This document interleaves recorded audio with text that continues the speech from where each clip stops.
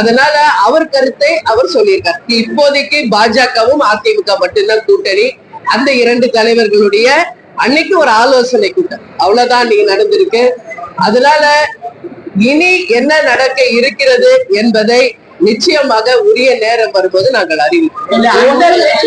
கூட தேமுதிகவுடைய பெயர் அடிபட்டிருக்குது. 6 தொகுதி வரைக்கும் ஒதுக்கீடு செய்ய தயாரா இருக்கலாம் அதிமுக தரப்புல பாஜக வலியுறுத்தி தொடர்ந்து பாஜக தரப்பிடமா தேசிய வலுப்படுத்துவது தேமுதிக இணைக்கிறோம் தொடர்பாக பேசியிருக்கிறாங்க. இது தொடர்பாக உங்களுடைய ஆக்ஷன் என்ன? நீங்க அடுத்த கட்டமா என்ன நகர்வதற்கு போக திட்டம்? முதல்ல அன்னைக்கு வந்த அந்த நிகழ்ச்சி யார் பத்திரிகையாளருக்கு கொடுத்தாங்க அதை எனக்கு நீங்க தெளிவுபடுத்தணும்.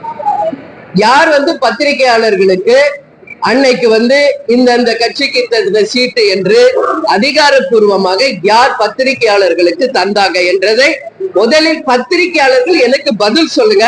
அதற்கு பிறகு உங்க கேள்விக்கு நான் பதில் சொல்றேன். யார் உங்களுக்கு கொடுத்தா பதில் சொல்லணும். நீங்க வெறும் கேள்வி கேட்பது மட்டும் பத்திரிகையாளர்களுடைய வேலை கிடையாது. யார் அதிகாரப்பூர்வமாக அந்த லிஸ்ட யார் பத்திரிகையாளர்களிடம் கொடுத்தாங்க என்பதற்கான பதில் நீங்க கட்டாயம் சொல்லணும். அப்பதான் அடுத்த கட்ட என்னுடைய பதில் என்னவா இருக்குன்றது உங்ககிட்ட பதிய வைக்க முடியும். 9ஆம் தேதி மாநாடு அதற்கு நான் கேட்ட கேள்வி பதில் சொல்றேன்.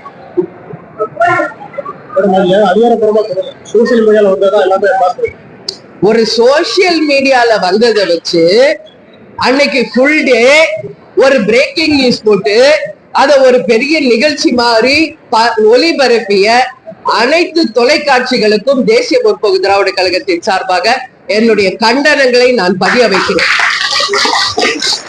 இது கை தட்டுறதுக்கோ எதுக்கோ கிடையாது. யார் உங்களுக்கு அந்த தகவல் கொடுத்தது? யார்? ஏதோ சோசியல் மீடியால வந்திருக்கு அப்படின்றதுனால இன்னைக்கு இருக்கின்ற அத்தனை ஊடகங்களும் பிரேக்கிங் நியூஸ் போட்டு ஒரு சென்சேஷனலா ஒரு செய்தியை நீங்க வெளியிடுகிறீர்கள் என்றால் அப்போ தொலைக்காட்சிகள் மீது இருக்கின்ற நம்பிக்கை மக்களுக்கு நிச்சயமாக சொல்றேன், எல்லா மக்களுக்கும் தொலைக்காட்சிகள் பத்திரிகை ஊடகங்கள் மேல இருக்கின்ற நம்பிக்கை நிச்சயமாக போயிடும். இதனாலதான் கேப்டன் சொன்னது பத்திரிகைக்காரங்க தானே நீங்க அப்படின்னு கேப்டன் திட்டத்துக்கான காரணம் இன்னைக்கு நீங்க உறுதிப்படுத்திருக்கீங்க. எப்பவுமே உங்ககிட்ட நான் சொல்றேன், நான் எப்பவும் உங்ககிட்ட ரொம்ப அன்பா பழகுறேன், பாசமா இருக்கேன். ஒவ்வொரு முறை தலைமை கழகத்துக்கு நீங்க வரும்போது உங்களை நாங்க உபசரிக்கிறோம். நான் எல்லா விஷயத்தையும் உங்ககிட்ட பகிர்ந்துகிட்டு இருக்கேன். ஏதாவது ஒரு வாட்டி நீங்க நான் பார்க்கலன்னு சொல்ல முடியுமா சொல்லுங்க. அப்படி இருக்கும்போது எதுவுமே உறுதிப்படுத்தாத ஒரு செய்தியை அனைத்து ஊடகங்களும் ஏதோ அதிகாரப்பூர்வமா அறிவிச்சது போல உங்க டிஆர்பியை ஏத்துறதுக்கோ உங்களுடைய சென்சேஷன் நியூஸ் கிரியேட் பண்றதுக்கோ மற்ற கட்சிகளை பாதிக்கும் செயலை ஊடக நண்பர்கள் இதோட நிறுத்திக்கணும்னு சொல்லி நான் கேட்டுக்கிறேன். நான் தெளிவா சொல்லிடுங்க, ஜனவரி 9 மாநாடு எங்கள் கூட்டணி யாருடன் என்பதை நாங்கள் தெளிவாக சொல்லுவோம் நான் சொல்லிட்டு இருக்கேன். அப்படி இருக்கும் பொழுது எதுவுமே தெரியாம ஏதோ ஒரு சோசியல் மீடியால வந்துச்சு அப்படின்னு ஏதோ உண்மை செய்தி மாதிரி போடுறீங்கன்னா அப்புறம் என்ன இருக்கு நம்பிக்கை? எங்களுக்கு யாருக்குமே சொல்றேன், மக்களுக்கே சொல்றேன். இப்போ தங்கம் விலை இப்ப உயர்ந்துச்சு, இப்ப குறைஞ்சிச்சு அப்படின்னு அடிக்கடி ஒரு பிரேக்கிங் நியூஸ் போடுறீங்களே, அதுக்கு இதுக்கு என்ன வித்தியாசம் இருக்கு? என்ன வித்தியாசம் இருக்கு? வருகின்ற தேர்தல் 2026 தமிழ்நாட்டுக்கும் தமிழக மக்களுக்கும் மிக மிக முக்கியமான ஒரு தேர்தல். ஊடக நண்பர்கள் தயவு செய்து பொறுப்புணர்வோடு பொறுப்பாக நீங்க நடந்து கொள்ள வேண்டிய தருணத்துல இருக்கீங்க.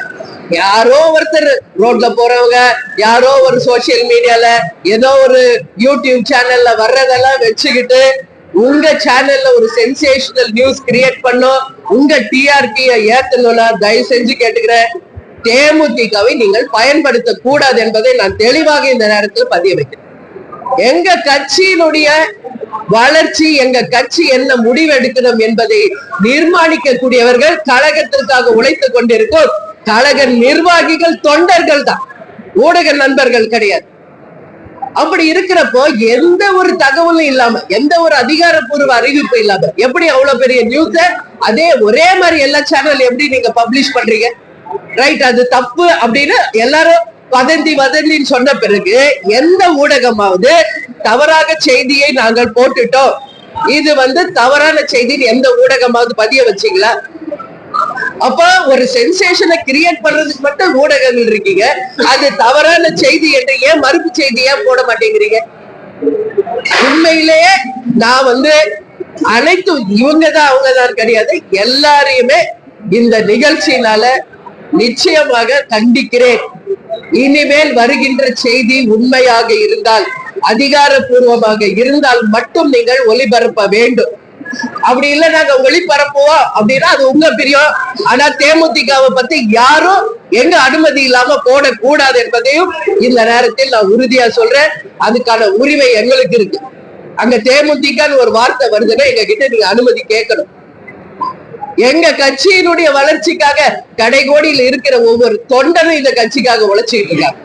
இன்னைக்கு எங்கேயோ இப்ப சிட்டில இருக்க எங்களுக்கு தெரியுது பொய் செய்தின்னு. கடைகோடியில இருக்கிற தொண்டர் மனநிலை என்னன்னு யாராவது யோசிச்சிங்களா? ஒரு பொறுப்பு இல்லாம இந்த மாதிரி பதிவுகளை தயவு செய்து யாரும் போடாதீங்கன்னு நான் ஹம்பிளா கேட்டுக்கிறேன் எல்லாரையும். ஏன்னா உங்களுக்கும் அந்த கடமை உண்டு, அதை நீங்கள் மதிக்கணும்னு சொல்லி நான் கேட்டுக்கிறேன். ஒரு பொய் செய்தியை பரப்பாதீங்க. போட்டா தப்புன்னா இமிடியட்டா அதுக்கு மறுப்பு கொடுங்க. ஏன் போட மாட்டேங்கிறீங்க? அப்போ ஒரு செய்தி போடுற உரிமை உங்களுக்கு இருக்குன்னா அது பொய் செய்தி என்றால் மறுப்பு கொடுக்கிற அந்த அதிகாரமும் உங்களுக்கு தான் இருக்கு. அதனால கேட்டுக்கிறேன், இனிமே இந்த மாதிரி தவறு நடக்க கூடாது என்பதை கேட்டுக்கிறேன். வேற ஏதாவது கேள்வி இருந்தா கேள்வி. நீங்க வெயிட் பண்ணுங்க, இவ்வளவு நாள் வெயிட் பண்ணீங்களா? இப்ப நேற்று எங்களை கேட்டா செய்தி வெளியிட்டீங்க, சொல்லுங்க. எங்களை கேட்டா செய்தி வெளியிட்டீங்க. அதிமுக தரப்புல இந்த கூட்டணி கட்சிகளுக்கு இவ்வளவு ஒதுக்கலாம், ஒருவேளை இந்த கூட்டணி கட்சிகள் வரக்கூடிய பட்சத்தை ஒதுக்கான உத்தேச பட்டியல் தான் வெளியிடப்படுதே தவிர அது அதிகாரப்பூர்வமானது அப்படின்றதெல்லாம் அதை வெளியிட்டது யார்? அதான் நான் கேட்கிறேன். அது தேமுதிக கேட்டுதான் அது வெளியிடணும் அப்படின்றது அது எந்த விதத்துல சரியான அணுகுமுறையா இருக்கிறது. ஏன்னா அது உத்தேச பட்டியல் அதிமுக பேசியிருக்கிறாங்க. தேமுதிக என்ற கட்சிக்கு உரியவர்கள் நாங்கள். இப்ப உங்க சேனலை பத்தி ஒண்ணு சொல்றோம், உங்களை கேட்காம நாங்க தவறான செய்தி போட்டா நீங்க கேட்பீங்களா கேட்க மாட்டீங்களா? இல்ல நான் கேட்கறது நீங்க பதில் சொல்லுங்க. அந்த உத்தேச பட்டியலை வெளியிட்டது யார்? அததான் நான் கேட்கிறேன். எனக்கு வேற எந்த ஆன்சரும் வேண்டாம். ஒரு உத்தேச பட்டியல் வெளியிட்டீங்கன்னு சொல்றீங்க, யார் வெளியிட்டா? அதிமுகவா இல்ல பிஜேபியா? யார் வெளியிட்டது அது தெரியணும்ல. அதிமுகவை சேர்ந்த நிர்வாகிகள் தான் இதெல்லாம் பேசினதா ஒரு தகவல் எந்த நிர்வாகிகள் பேசினாங்க அது தெரியல. தெரியாம ஒரு சேனல்ல தயவு செஞ்சு நியூஸ் போடாதீங்க, புரியுதுங்களா? உத்தேச பட்டியல் சோசியல் மீடியால வந்துச்சு, யாரோ சொன்னாங்க, இதெல்லாம் ஒரு கட்சி மேல நீங்க கொண்டு வரக்கூடாது. இப்ப உங்க சேனல்ஸ் மேல அந்த மாதிரி யாரோ ஒருத்தர் சொன்னாங்க சோசியல் மீடியால இப்படி வந்துச்சு ஒரு சேனலை பத்தி அப்படின்னு மத்தவங்க சொன்னா நீங்க ஏத்துக்குவீங்களா? உங்களுக்கும் கடமை இருக்கு, உங்களுக்கும் பொறுப்பு இருக்குங்க. அதை உணர்ந்து தயவு செஞ்சு நடந்துக்கங்க. இது ஒண்ணும் சாதாரண கிடையாது. கேப்டன் இல்லாம இன்னைக்கு இந்த கட்சியை 20 ஆண்டு கழிச்சு 21வது ஆண்டுல வழி நடத்திட்டு இருக்கோம். இந்த கட்சிக்காக தங்களுடைய உயிரையும் பொருளையும் பணையம் வைத்து தலைமை கழகத்திற்கும் தலைவருக்கும் கட்டுப்பட்டு உண்மை விசுவாசிகளாக பயணித்துக் கொண்டிருக்க எங்க நிர்வாகிகள் தொண்டர்களுக்கு தான் அந்த முழு அதிகாரம் உண்டு. அவர்கள் யார்